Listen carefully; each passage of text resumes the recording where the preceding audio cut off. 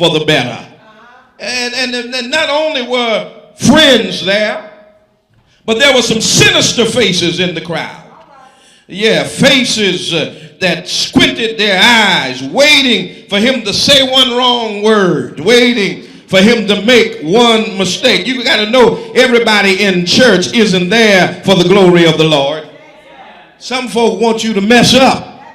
Oh, I wish I had somebody. The Sadducees and the Pharisees were there.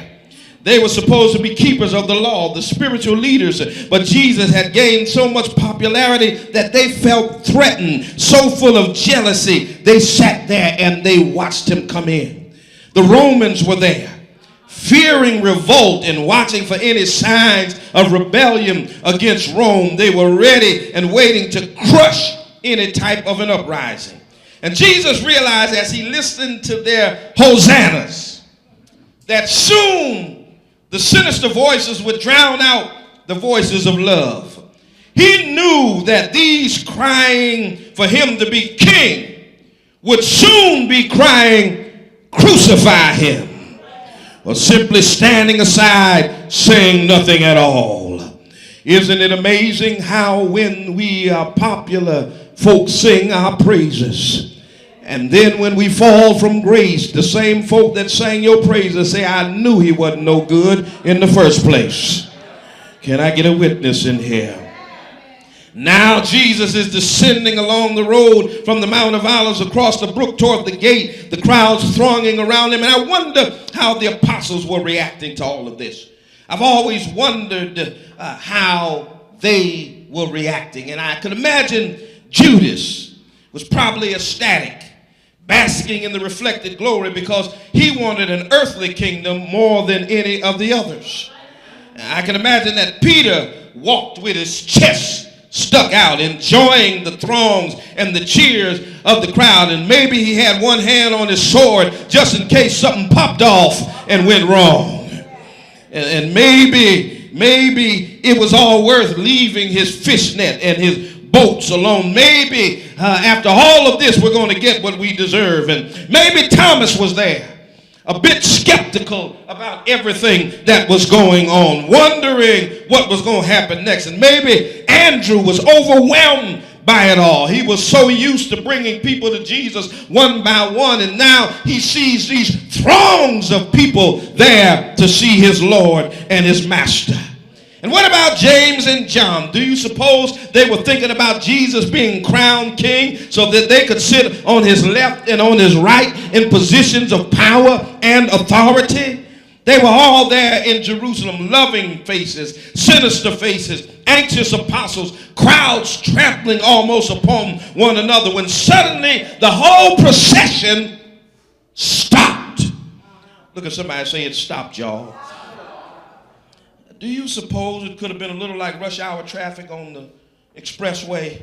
One car stops, then the next car stops, and like a chain reaction, everybody is there stuck in traffic. And I can just hear the people way back in the crowd, like we do in traffic, saying, what's going on up there?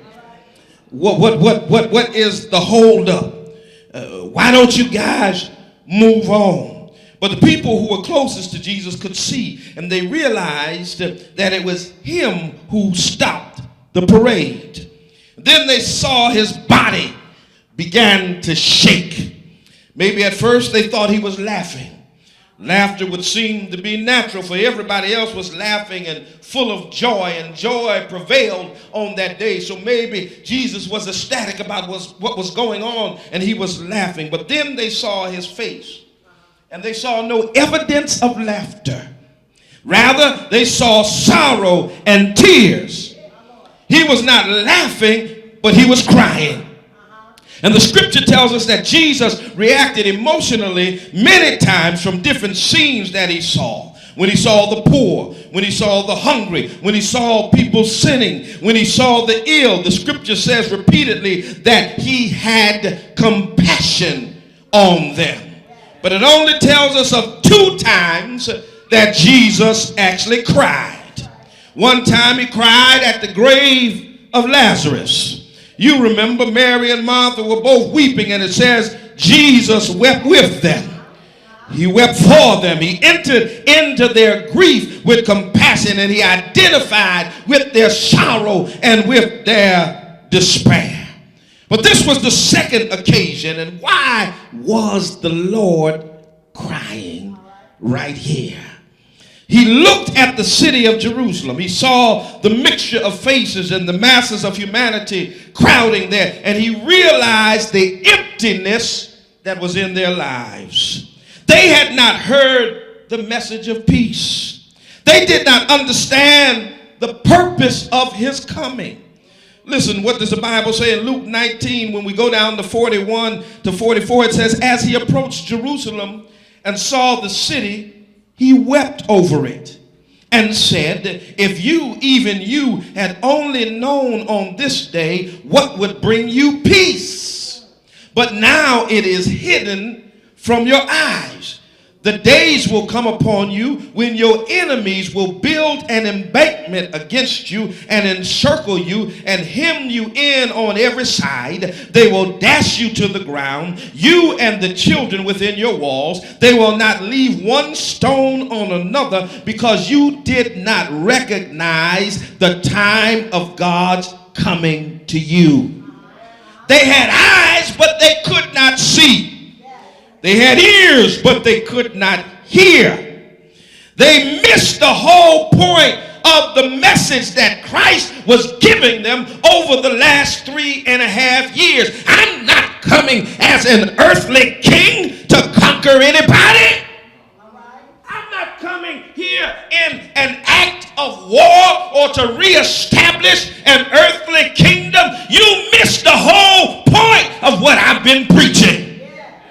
The fact that they waved their palm branches showed that they didn't understand, because that's exactly what they did when the Maccabees overthrew the Syrian oppressors and reestablished worship in the temple. They were looking for a temporal kingdom. They were looking for a fight. They were looking for a warrior, for somebody to come and lead them in a revolt.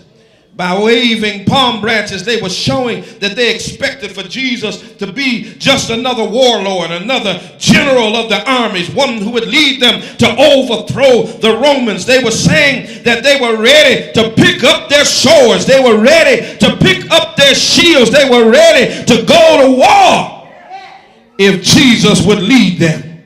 But Jesus said, I did not come for that purpose. I came to show you a more excellent way. I came to show you not the way of war, but the way of love. And Jesus came to say, I'm a lover, not a fighter. I came to show you the way of love. He said, love your enemies. Pray for those who persecute you. If somebody slaps you on the cheek, turn to them the other cheek. If somebody wants your coat, give them your shirt too. If they command you to carry their pack a mile, go 2 miles instead of 1. Pray for those who despitefully use you and persecute you. If they say your mama, don't say yours too. I wish I had somebody in here. Those people who listened to him must have thought, well, those are beautiful words, but surely he doesn't mean for us to do this with Rome. Y'all ain't gonna help me now. And how many of us are like that? I know Jesus said turn the other cheek, but he didn't mean you, so I'm gonna slap you back. I wish I had somebody. Surely he didn't mean Shafika. He didn't mean for me to love her. No. Leroy been disrespecting me. Surely God did not mean for me to pray for him. Oh, y'all ain't gonna help me now. Just think in your mind about who your enemy is. Come on, somebody. That person you can't stand. You understand? The person that makes you ill. Sick to your stomach, that you go the other way when you see him coming. Look at somebody and say, yeah, he means for you to love them. And then they were here saying, surely all that preaching he was doing about love, he didn't mean for us to love Rome.